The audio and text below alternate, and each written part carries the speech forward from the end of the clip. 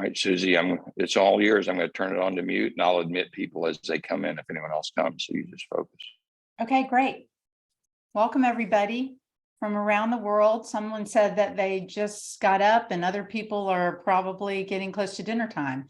So we're glad that you could join us today. And I know some people will probably still be coming on. And then we had some people that have asked for a recording that we will have available after we're done. So this is our annual USH1C community update. Glad to see everyone that was able to join us on this Saturday morning or afternoon or close to evening. And we are going to do pretty much the regular thing which we do on this call, which is just update our work in the past year and what our plans are for 2023. We'll talk a little bit about other treatments, but we have a special guest that's joining us today. So we get a chance to actually talk to one of the researcher clinicians. And so I want to start off with that because he is going on to do a presentation in just a little while. So he graciously agreed to come on. I want to introduce Dr. Peter Campacharo, who is at the Wilmer Eye Institute at Johns Hopkins. And again, as I said, he is a researcher, but he's also a clinician. And in his work as a clinician, he wants to bring something to patients, and he's been working hard for years on finding something. And he has been doing the work for the NAC clinical trial. So Peter's going to give us a brief overview of NAC. We've talked about it before, but he's going to talk about, from his perspective, what the treatment is, and also take a few questions before he has to go. He only has about 15 minutes. So we appreciate Peter coming on here. Peter, are you able to get on camera? Yeah. Can you see me, Susie? Yeah, we got you now. Okay. Yeah, we can see you. Yeah. Okay, well, thank you very much, Susie, and thank you to the USH1C community for allowing me to provide an update on the NAC attack trial. I'd like to first just give a little bit of background, and I know that the Usher community is pretty knowledgeable about RP. RP is caused by a number of mutations, and the thing that all those different mutations have in common is that they have major effect on the rod photoreceptors, but don't have much of an effect on the cone photoreceptors. So because of the mutations, the rods gradually degenerate, and the rods constitute 95% of the cells in the outer retina. So as they degenerate, the consumption of oxygen in the outer retina goes way down, and that results in an increase in the levels of oxygen, and that surrounds the remaining cones. And so over time, that high oxygen causes oxidative stress that damages the cones and causes the degeneration that results in the constriction of the visual fields and loss of vision. And so what we have determined in animal models of retinitis pigmentosa, that if you can reduce that oxidative stress, the oxidative damage, you can preserve the cones and preserve visual function. And a good way to do that is with a really potent antioxidant. And N-acetylcysteine is a potent antioxidant. It's already approved for Tylenol overdose. And the way it works in Tylenol overdose is that when someone takes an excessive amount of Tylenol, it goes to the liver and it creates aldehydes that cause severe oxidative damage that damages the liver and can be life-threatening.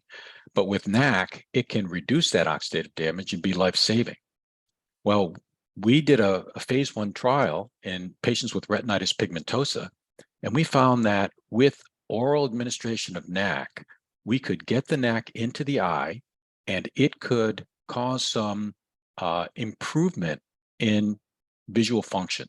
These were small improvements because it was only over the course of 6 months, but it was an important signal that informed us that it's important to do a long trial to determine if we can preserve visual function in RP.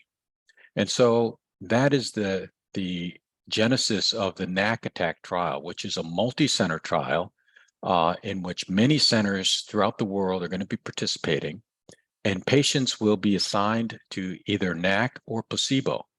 Now, it's important to use a placebo in a trial like this because it's absolutely critical that we determine if NAC is effective or not. And it's not a major disadvantage to be in the placebo group because the degeneration of the cones is slow, and it's still going to be useful if we find out that NAC is helpful to ultimately take NAC. And so, you know, the RP community has been very supportive and understands the importance of a rigorous trial like this. And we've made great progress. I just wanted to give you a brief update. It's difficult to get a trial like this off the ground, but we have now FDA approval. We're getting approval from the European Medical Association and Health Canada and other regulatory agencies. And we are getting all the contracts in place with each of the specific sites. And so we hope that everything will be ready to start enrollment probably in May or June.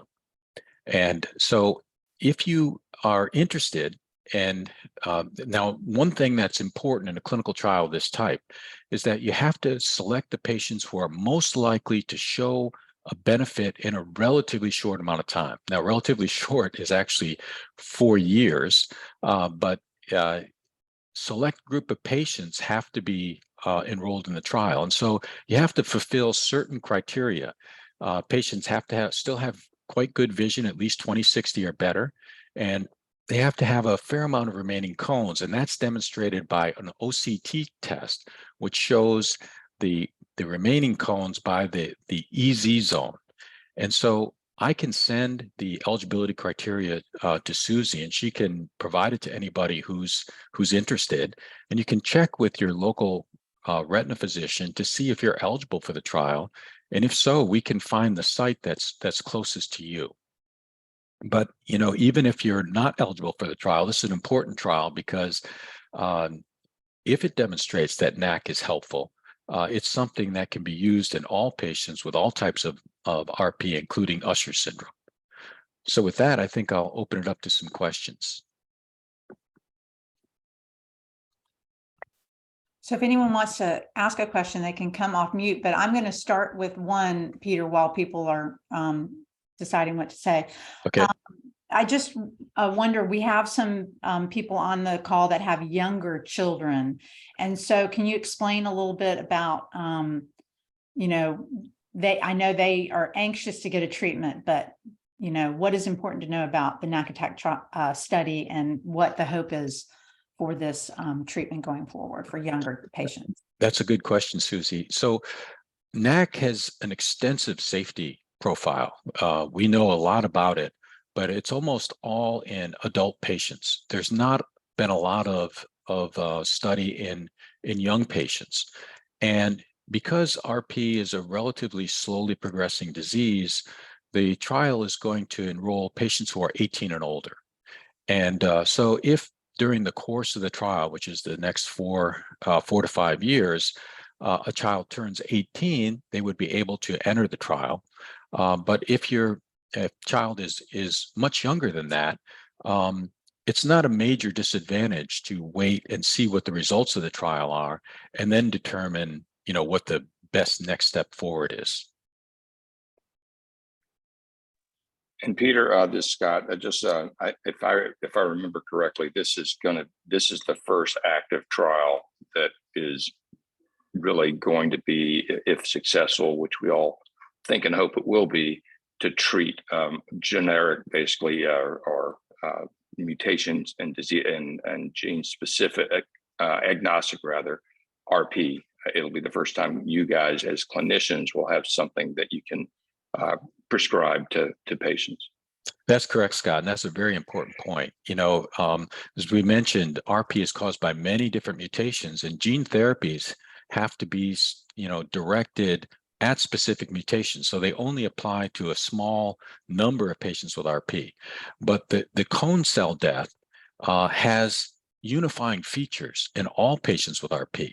It's not related to the underlying mutation, which is damaging the rods. But after the rods have died, there's this oxidative stress that mounts, And in all patients with RP, regardless of mutation, this process occurs. And by suppressing that oxidative stress, we hope that we can preserve the cones for a longer period of time and preserve vision. So it's very important that this applies to all patients with RP. Now, another thing that's important to know is many of you may have heard of NACA. Now, NACA is N-acetylcysteine amide. So it's NAC within another chemical entity, an amide group on it. And what that does is it helps it to penetrate through membranes a little bit better than NAC. And that can be a good thing or it can be a bad thing. In retinitis pigmentosa, the blood retinal barrier is disrupted a bit. And so the NAC penetrates into the eye very well. We see good high levels of NAC. And because NAC is really well tolerated, we can use high doses and get really good levels in the eye. With NACA, one of the problems is it penetrates through the blood-brain barrier.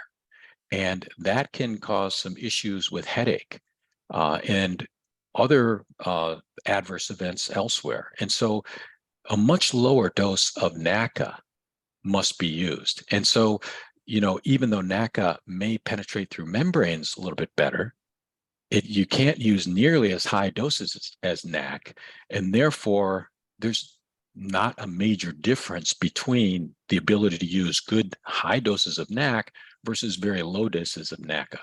So, and the advantage of NAC is that we have years and years of information on the safety, and it's a very safe drug. So we're very excited to be able to use an oral drug, which is easy to take, has a good safety profile, and has potential to really make an impact in retinitis pigmentosa. So Peter, another question I think that the group would probably be really interested in. We talk, and of course, we know that your attempt is to rescue or preserve cones and really doesn't affect as much, if any, the rods. Can you just sort of give a quick understanding to everyone as a clinician what the field of vision is with the cones ultimately, and if we're able to preserve that for a length of time, what clinical result or what would the patient benefit from with basically limited rods but with the cones functioning well? Yeah, that's a really important question too, Scott. So the rods function in very low light situations. So at night or in a room with dim illumination, that's what allows you to see and get around well.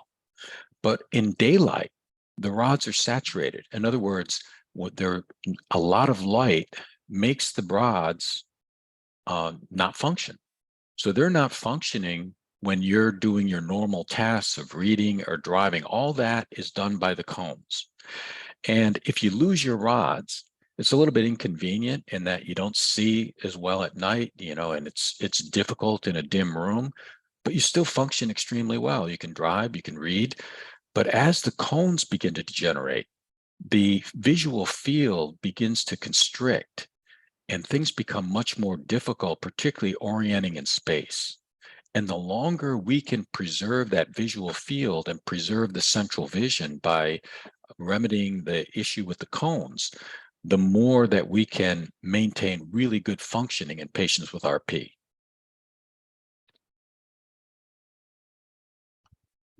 All right, I know Peter doesn't have much more time, but did anyone else have a question?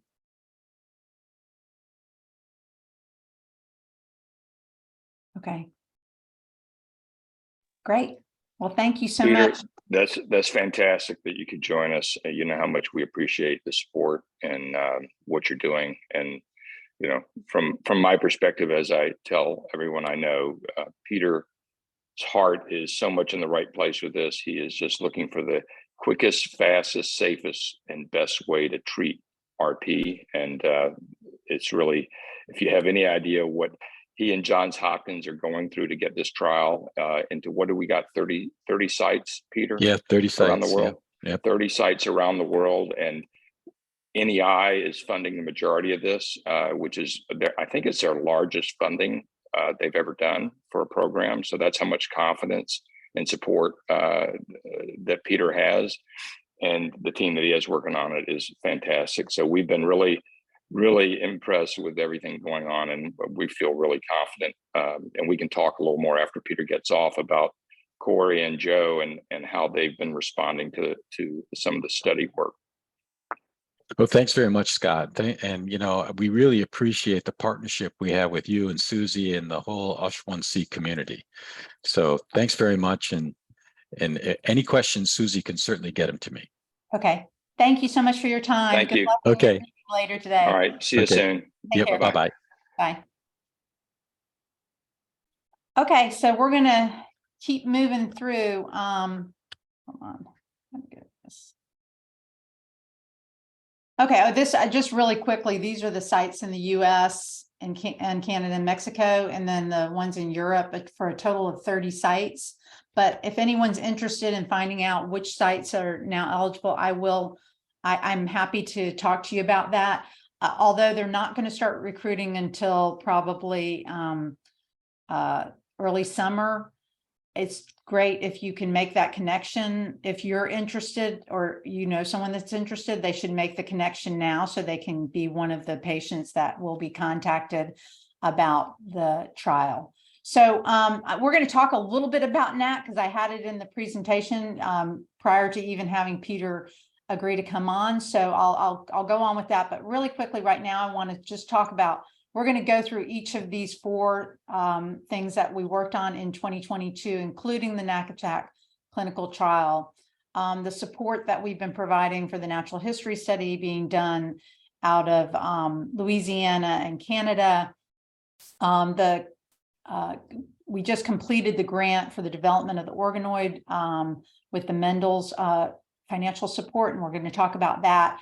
And then we'll talk in more detail about the USH1C gene therapy program and what we're doing there. In addition, we have been doing some work.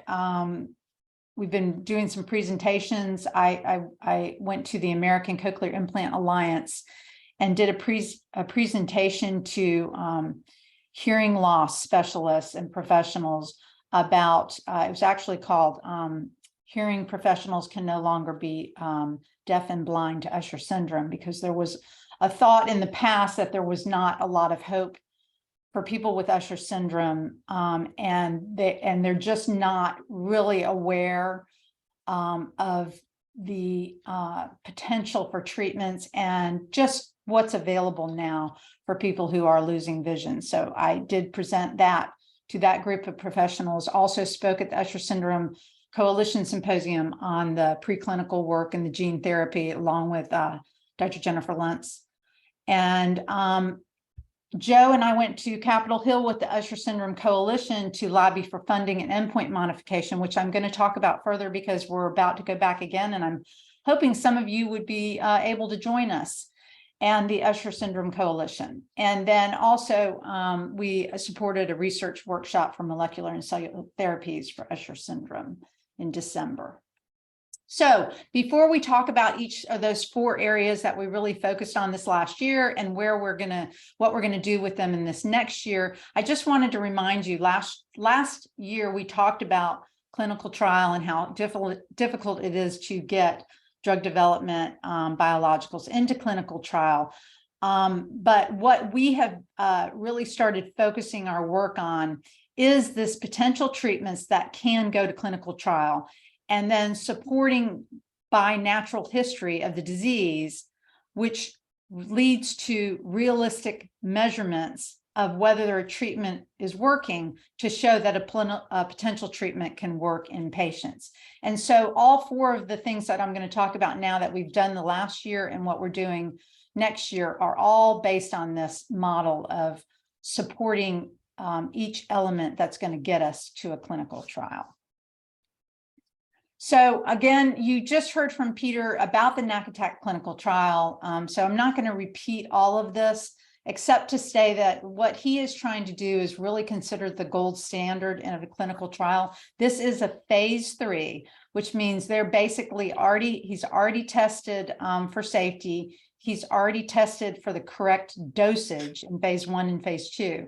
And now he's looking at going multi-center, randomized, placebo-controlled, which means that There will be placebo, and he talked about that briefly.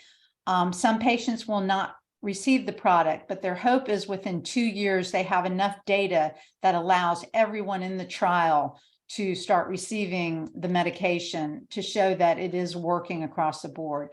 And Scott mentioned Corey and Joe. They are in this phase 2, what's called an extension study. So they're actually continuing to get this medicine, even though the study was only supposed to last 2 years. They've kept it going. So they've been taking it for 3 or 4 years now.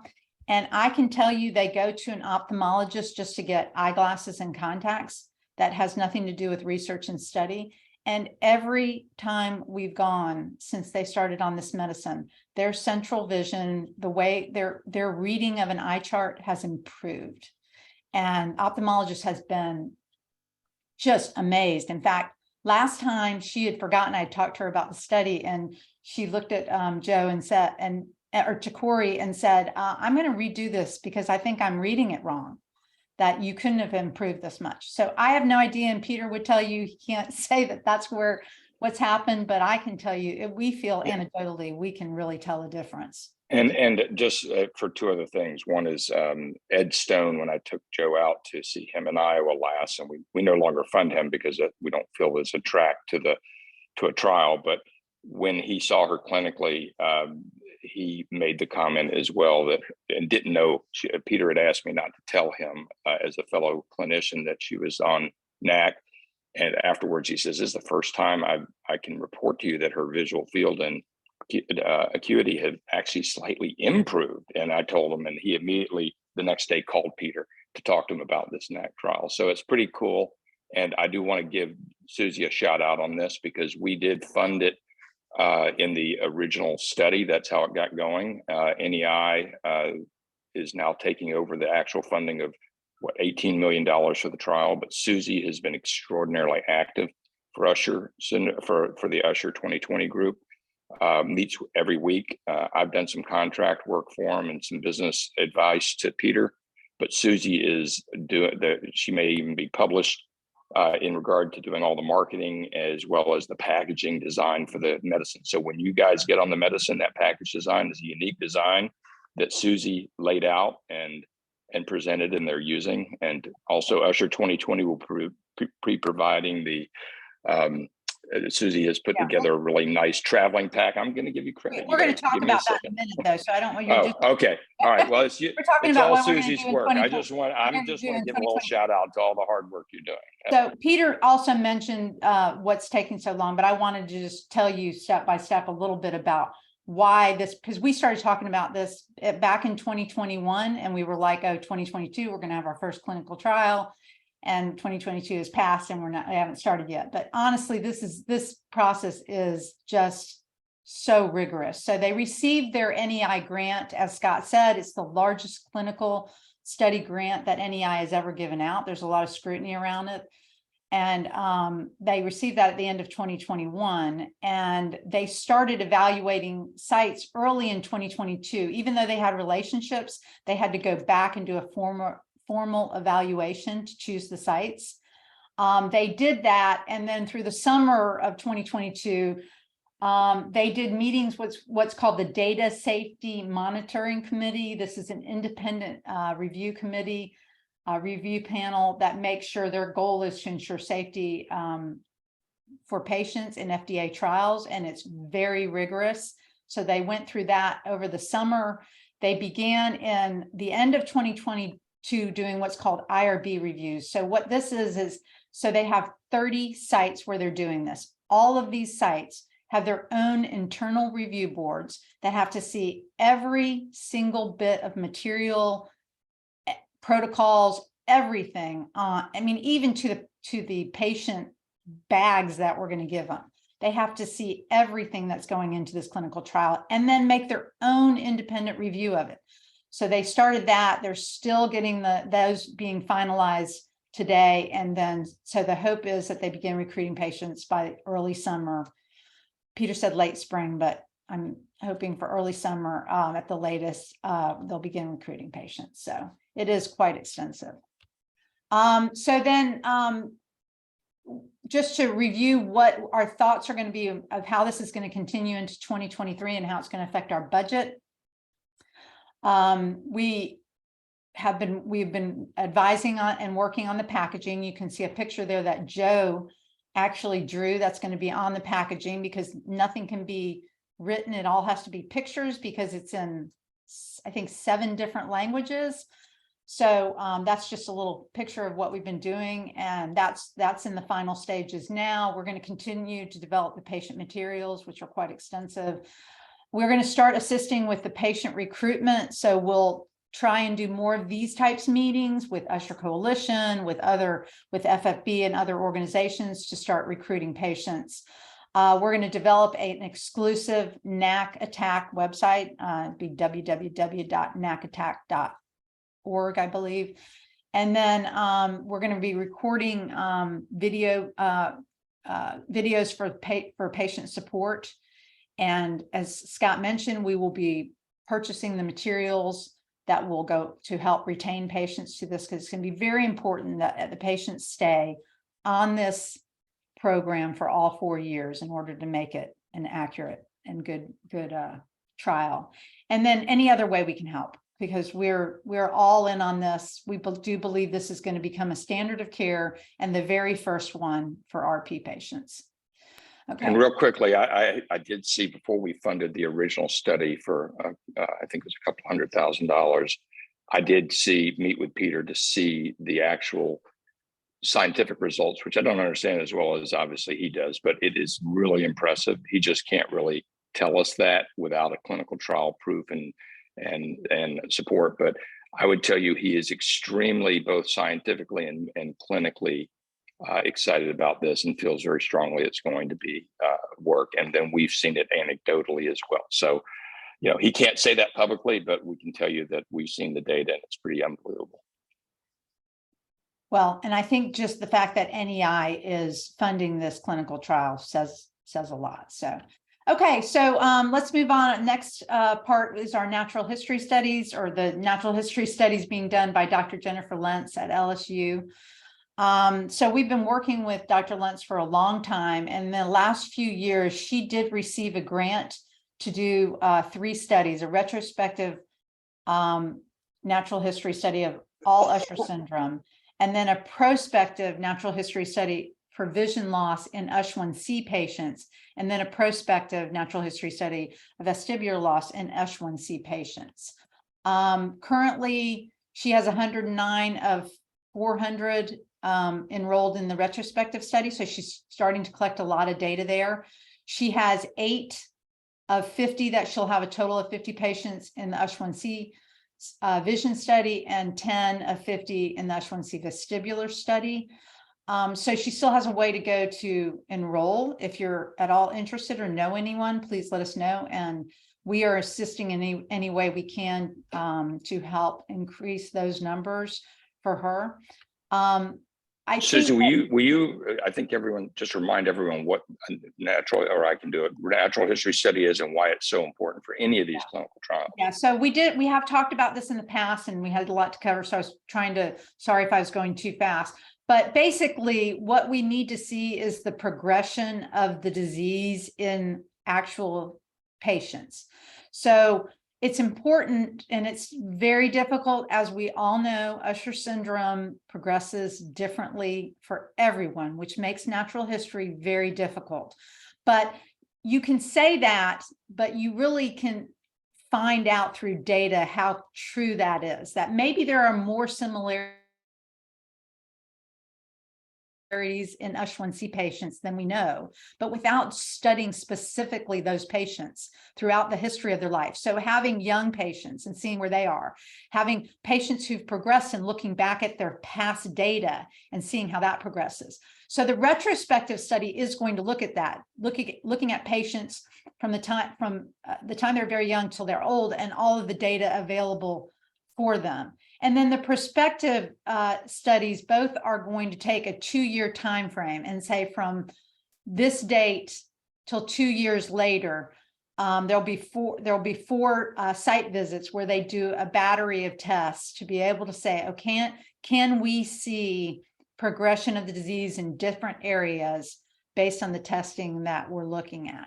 And by taking that information and the retrospective information, we should be able to define a better way to say, okay, how do we know if a treatment is working? Because when you go into clinical trial, you typically don't run a clinical trial for 20 years. I'm sorry, you don't. There's no clinical trials that run for 20 years.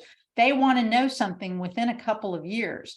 It's very difficult with a slow progressing disease. So you have to have the best data available to be able to say, we can see through certain biomarkers and other things, you know, that this is how the disease is progressing. So this is when we talk a little bit more about endpoints, when I mentioned it about lobbying for endpoints with regulators, and I'm going to talk about it again at the end. This is kind of going to be our focus this year, is we have to figure out the best endpoints so that when we go to the clinic, we can actually say this treatment is working. And some of you are aware of the ProQR treatment for USH1C patients. It was going really well. It ended up stopping. Hopefully it'll get picked up by another company, but part of the reason was because of a similar trial being done by that same company. They were requiring unreasonable regulators, FDA, EMA regulators were requiring unreasonable results for a slow progressing disease that has a variability among patients. And so this is something we need to make sure we're looking at now before we make our IND submission for a clinical trial of our gene therapy. So this is why natural histories are so important. So I just wanted to quickly this is not going to mean a lot to you, except to say that Dr. Lentz, Jennifer Lentz, is really going out of her way to make sure this data is collected. It's collected well, it's entered well, and it's stored well. She's working with both REDCap, PodViz, and Critical Path Institute, which some of you may have heard of because the Usher Coalition is also starting to work with them. And it's allowing this information to be collected and stored, and then it will be able to be accessed and quite usable for things like organizations or pharmaceutical companies or whatever trying to bring clinical trials to patients. So we're really excited about how she's doing, what she's doing with this data and what that will mean for us in the long run. So as far as what we've done the past year and what we will be doing going forward in 2023, we will continue to support her clinical Dr. Lentz's work in Louisiana. In the past, this past year, we funded so that she would be able to break the patient visits down into shorter days, but 2-day increments, as opposed to having the patients come all in one day and having to stay. It was quite taxing on these Usher patients. So we've helped fund that. But in addition, we want to try and extend this study outside of Louisiana and Canada. And the big part of the reason is because we want to increase the number of patients that are outside the Acadian allele, which I know a lot of you don't know what that means, but it's basically the gene mutation that's most prominent in the Acadiana, Canada, Louisiana locations, which is the 216G to A. So there are a lot of people with USH1C that don't have the 216G to A, and if we want to have better data, it's best to have as many people with different mutations than just that Acadian allele. So the thoughts is Dr. Lentz is in discussions with Moorfields Eye Hospital in London. They have 25 USH1C patients. They want to take 10 patients over 2 years and do a study, which would be about 110,000 a year.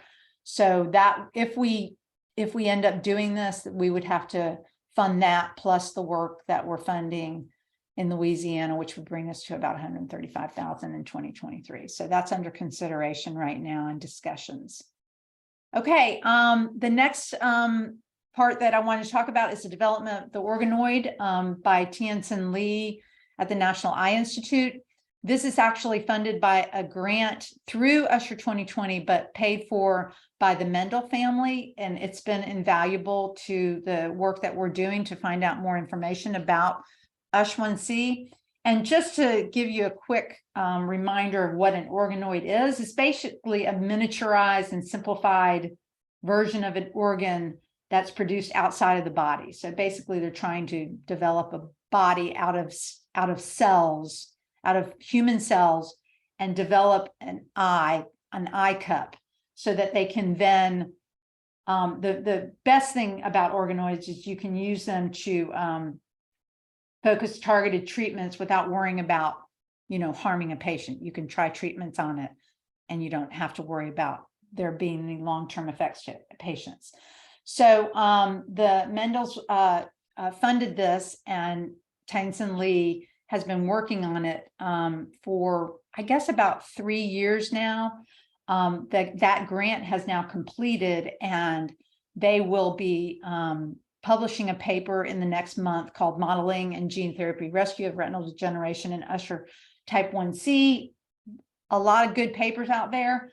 This one is really going to be eye-opening, to say the least, for a lot of people, because it talks about how there's been a lot of belief that the USH1C, the mechanism for disease is the photoreceptors, and this has a lot of proof that in the organoid model, it is in the what's called the Muller glia cells.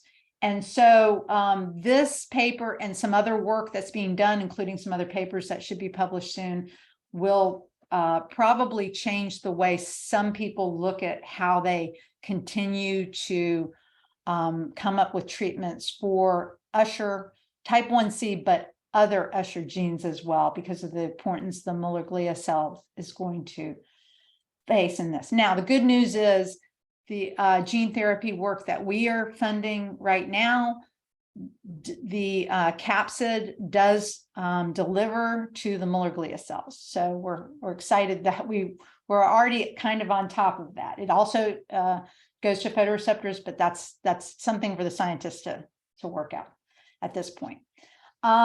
So going forward, there's discussions between the Mendel family and Tianxin about working with selective drug candidates, having him screen them with the organoids to see how they can assist in therapy. We are also at Usher 20 considering whether we want to do some biomarker work that show efficacy for any treatments. That's where we go back to, endpoints, understanding, what can we look at to show in a short time frame that a treatment is working. And so it's possible he may be able to help us with that. He also would be able to study the ASO treatment for the 216 G to A Acadian allele that Jen Lentz has been working on, but we don't know where we're going to go with that. It's going to depend on whether there's a path forward to a clinic after that.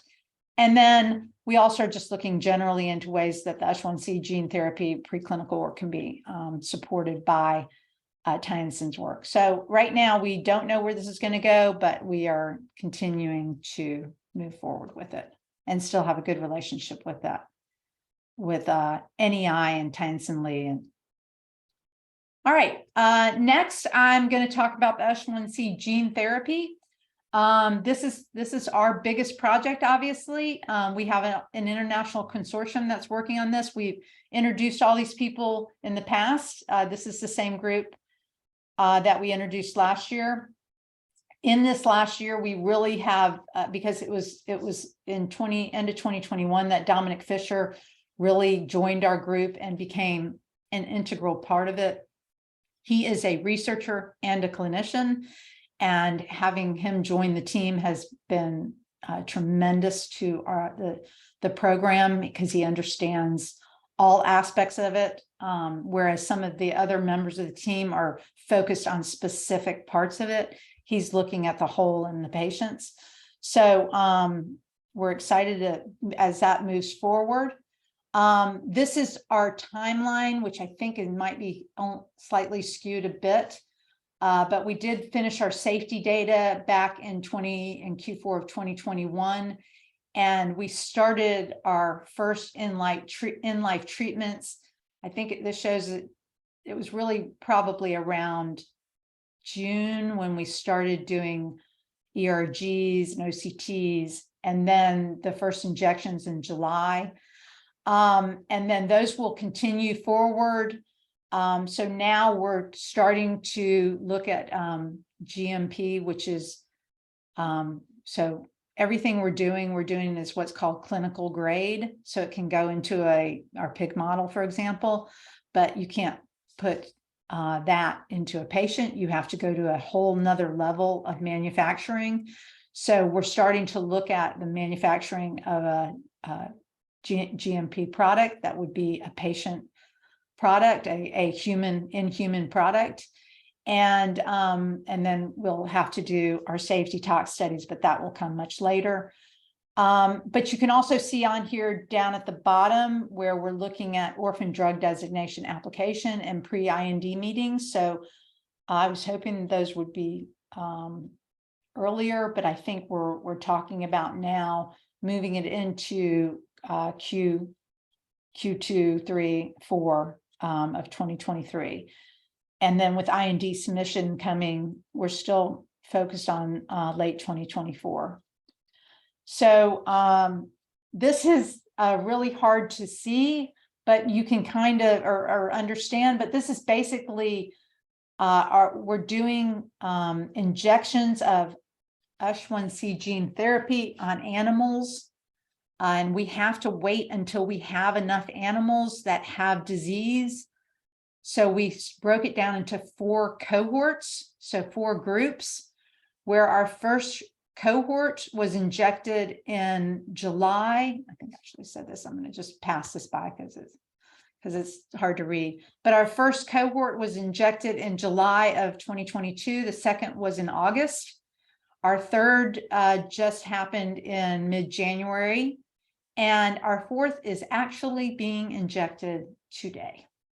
I believe yesterday, today, tomorrow. We have our group in Libakov, Czech Republic, doing injections.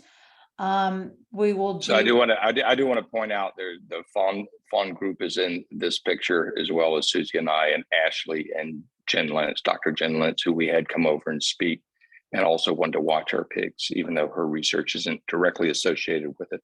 And the guy on the right in the blue jacket runs PigMod. He is the director of PigMod and a scientist and veterinarian. So it's really a great group of people. Yeah, PigMod is the group that houses the animals and takes really good care of them. So what we'll do is we did OCTs and ERGs before injection. So about 3.5 months, then we'll do follow-up OCTs and ERGs at 6 months on all the animals, and then at 1 year, and then the initial takedown of the animals. Right now, we have planned for 1 year. We are looking at the natural history of the pig as well to make sure that we want to take them down that early, or do we want to let it progress a little further? So that may change our study a bit, but we're hoping for the best that we can stick with that 1 year timeline. So if that's the case, that we do take the first animals down in 1 year, we'll receive the first study data by the end of 2023. And that will kind of inform us of how things are going. So as far as our budget, I left off a big chunk, I realized right before this started. So it should be another 50,000 more. So, but that's fine. so our estimated budget for the year, and it's important to understand that Usher 2020 funds this, as well as the Foundation. They fund all of the German research being done. So you saw on that initial list, there were a couple three German groups that are involved, and they do all the funding for the German groups, and we fund the Czech group and Dominic and Odelia that oversees the project.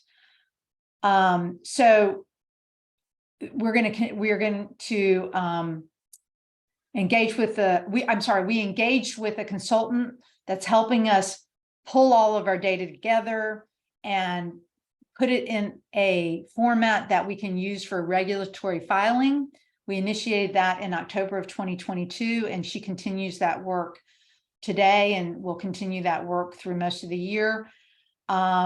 We will complete the injections, as I mentioned, and continue the in-life studies through 2023.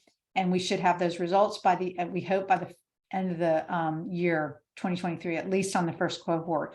But that does depend on if we decide in the natural history of the pig that we want to take the animals down that early. So that's going to be more like 307,240. So I have that number incorrect. Sorry about that. But it's an estimate anyways, because those numbers tend to change based on what we're doing. So at this point, I just want to mention quickly Odelia.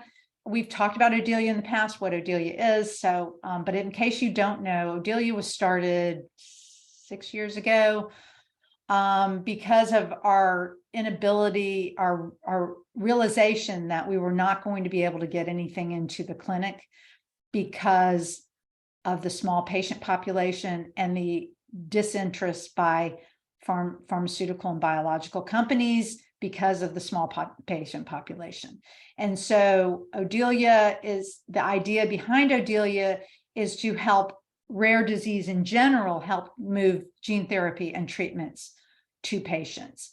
And so they are overseeing our USH1C gene therapy program, but that is only one part for us that Odelia is doing. The other part they're doing is they're trying to solve the problem of getting rare disease to clinic.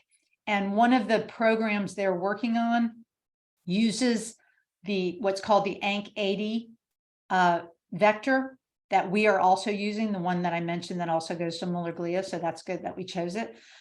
Since they're doing that, they're now working with a company called Andelin Biosciences that is going to develop the assays for manufacturing of the ANK80 vector. This is really important and it's really expensive. And so that $253,000 is going to actually cover what Odelia is doing. We're not paying for that because Odelia is doing this work for other rare diseases. So the idea, that's the idea behind Odelia, that they will help eliminate some of those expenses for the rare disease treatments that are trying to be moved forward.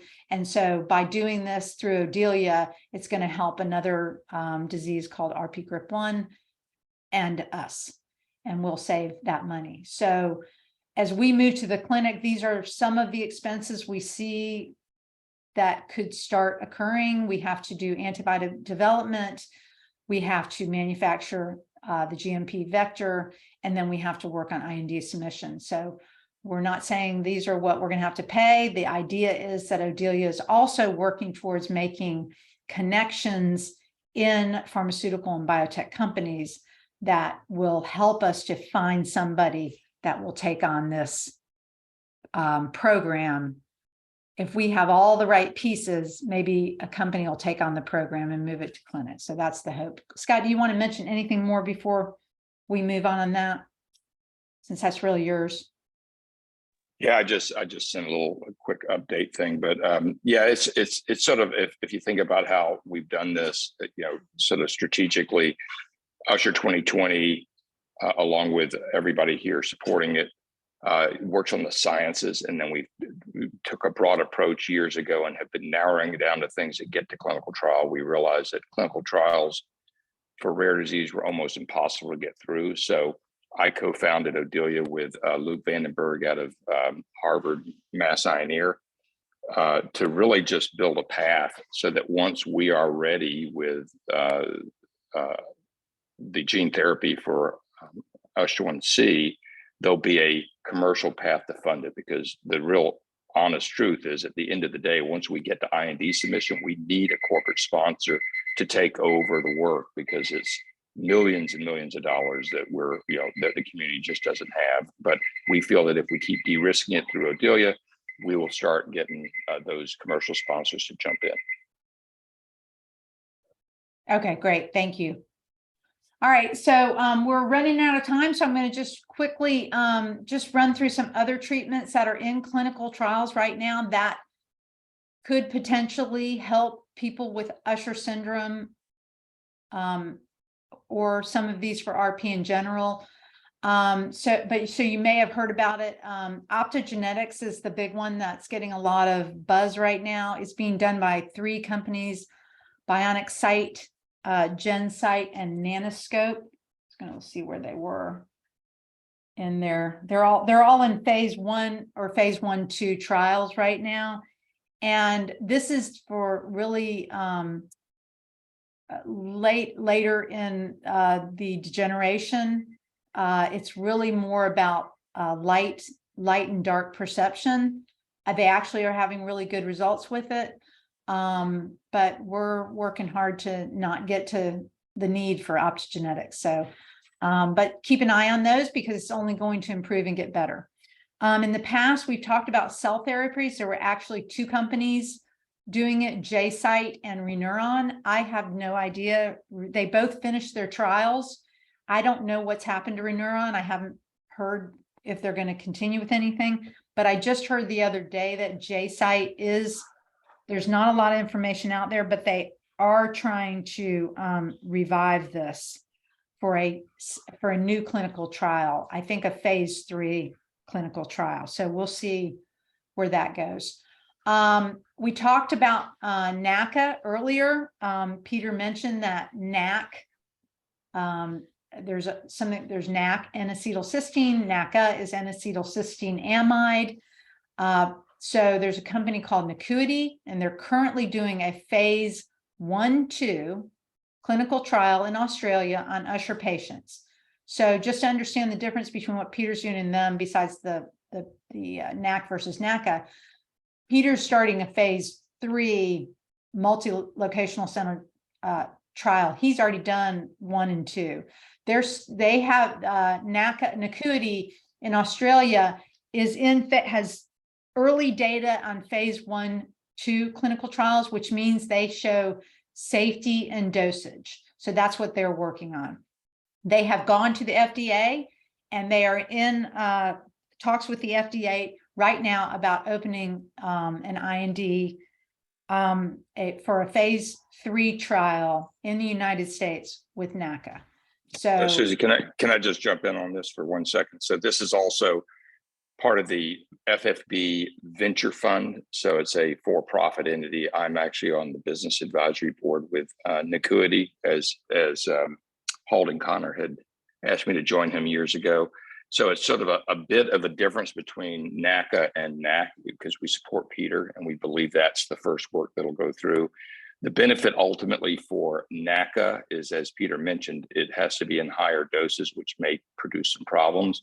They're looking at an alternate system, which we are really supportive of, that is being used currently for diabetics, where it's an injection once a year into this capsule that goes into the intravitreal space in the eye and slowly releases the drug so that you don't have other issues. So if they can get that done, it's sort of the 1-2 punch. NAC is the first one that will come through and we'd support. And then NAC could be a better version of it that has different administration. So that's why we continue to be involved with NAC. yeah, I would add, I don't know, as Peter said, we don't know that it's going to be better just because there's a difference. We still don't know enough about if they're going to be able to have a high enough dose of NACA to have the same results that he's showing with NAC. So that's still to be seen. But I think the delivery method is the part that we really would like to see happen. So another company, Aldira, which I realized I spelled wrong. There's supposed to be a Y in there, has a small molecule called methotrexate that they're working with. From what I understand, this is a drug, and I think it's got a lot of history because I think it might have been a chemotherapy drug. That I think this is another antioxidant, just like kind of like NAC, to try and reduce the oxygenetic stress in the eye. And then Endogena is one that you may have heard of as well. They just recently received FDA fast track designation for treatment of RP, and they're in a phase 1/2 clinical trial. And honestly, I've been trying to read up more on this, and I can't quite understand what they're doing. It is something to do with a cell therapy, but delivered through a small molecule. And yeah, the science kind of is eluding me, and I haven't been able to get many people to talk about what it is. So if I can find out more, I'll let you know.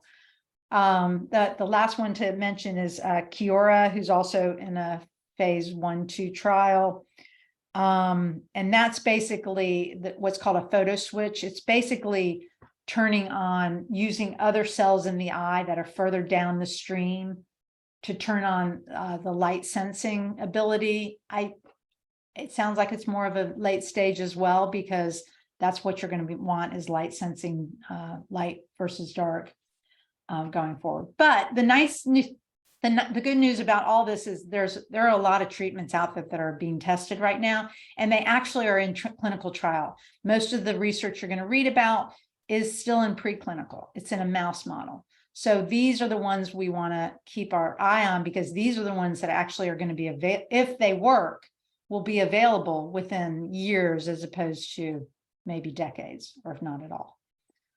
And then the last thing that I wanted to mention before we conclude is that Joe and I went with the Usher syndrome community to Capitol Hill during Usher Syndrome Awareness Week.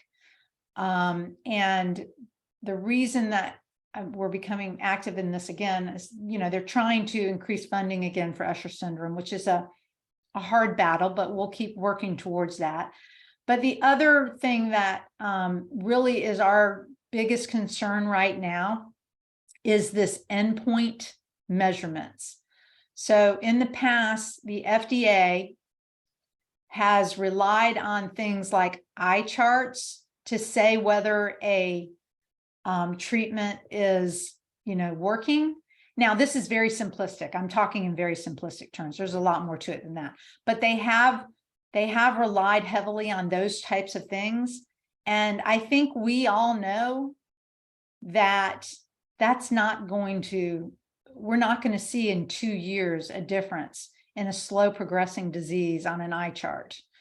So that's really not going to help us. And after the failure or the stoppage of the ProQR treatment, and because of some other things that have gone on, we've kind of taken up this banner of saying we have got to convince regulators to rethink their endpoint measurements for slow progressing diseases. So inherited retinal diseases. So that was one of the pushes that we added to the Usher Syndrome Coalition advocacy work that when we went to Capitol Hill. We're going back in April 26th and 27th. The coalition's going back. If anybody wants to go, let me know. I'm planning on going back. I don't know if Joe or Corey will go with me. And Stu only comes if Stu the dog only comes if Joe's there. So, but I'm going back for sure. And I'd love to, if anyone wants to join me, please let me know, and we'll do this together. We're going to try and convince legislatures to go to the regulators and say, you have got to work with these rare retinal diseases that are progressing slowly to come up with better endpoints.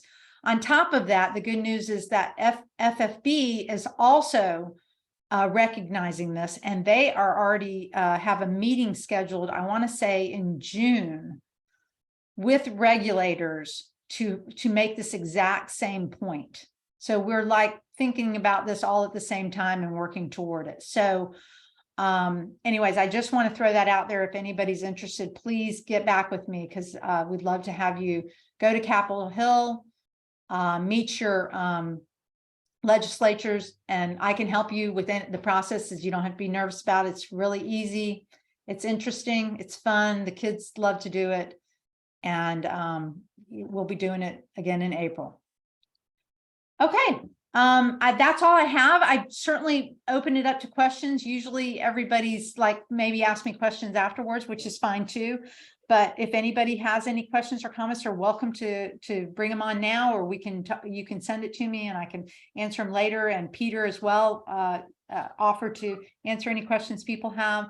So I just can't, we all can't thank you enough for your support in all ways that you support us going forward. And we're going to keep fighting the good fight as long as we can. Yeah, it's a longer process than we had hoped, but we're finally starting to see some really nice results, especially when you think about the sequence. You know, we're going to have NAC out there for everybody at some point, which is going to hold for better treatments. It may not be the permanent treatment, but it's going to be something that will create a lot of distance to let some of these other ones, whether it's gene therapy or cell therapy, catch up. So for the younger families here, there's incredible amounts of opportunity and hope downstream. And for the older ones, I think that NAC and other things will be available. Cell therapy is on its way. It's just taken a lot longer than we had hoped, and we're not funding it directly for implantation in the eye, which was Ed Stone's work, just because we didn't see enough momentum to make it to a clinical trial anytime soon. Okay, everybody, thanks so much for your time. Enjoy the rest of your weekend. Thank you. Thank you. Thank you so much. Thank you so much. Great work. Thank you so much, guys. Great work. Talk to you soon. All right. Take Take care. care. Thank you, Susie and Scott. This is Yair. Thank you. Good to hear your voice, Yair. Yes. Sorry, Good to hear your voice. Nice. I don't see you, Yeah. but I hear you. I was quiet and listening, not as usual. All right. Thanks, everyone. Have a great rest of the weekend. You Love too. to everybody. Bye bye. Bye-bye. Bye. Bye. Bye bye. Bye.